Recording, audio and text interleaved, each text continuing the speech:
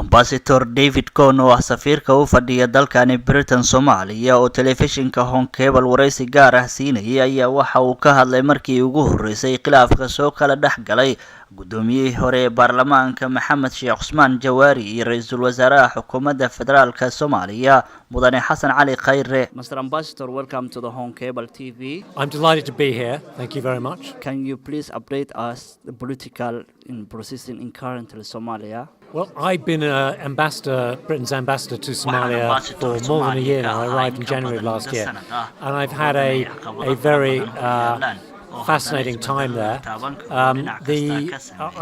We believe that Somalia is a country that is a success story in the making.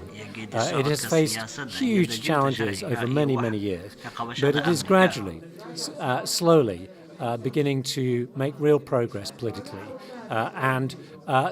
The past 12 months has seen more evidence of that. For example, the presidential election that was held last year that led to a peaceful transfer of power. That's so important for a country like Somalia that's emerging from conflict.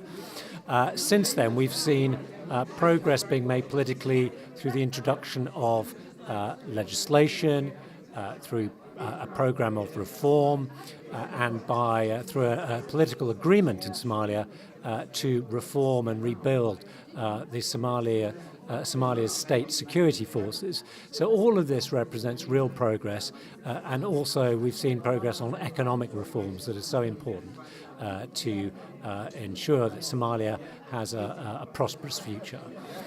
What is your view on the fighting between a former Speaker of House of Parliament and Prime Minister? The situation in Parliament recently has been tense. There's this standoff between two different groups of parliamentarians who are holding a different view on the best way forward for Parliament.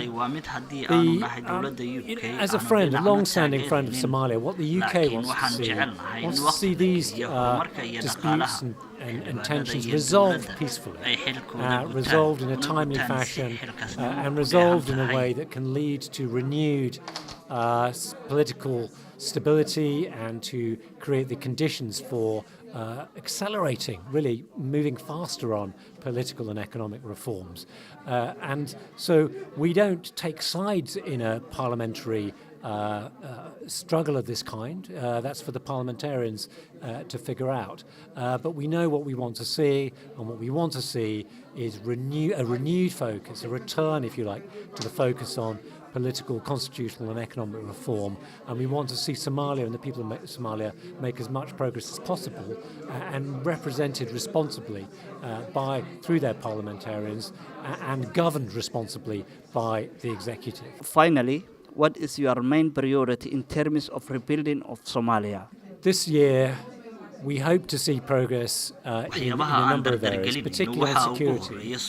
We'd like to see, and we want to help Somalia with our partners to start to rebuild its security forces so that they can start to take over some of the roles currently being done by AMISOM, so that Somali security forces can have responsibility for Somalia's security.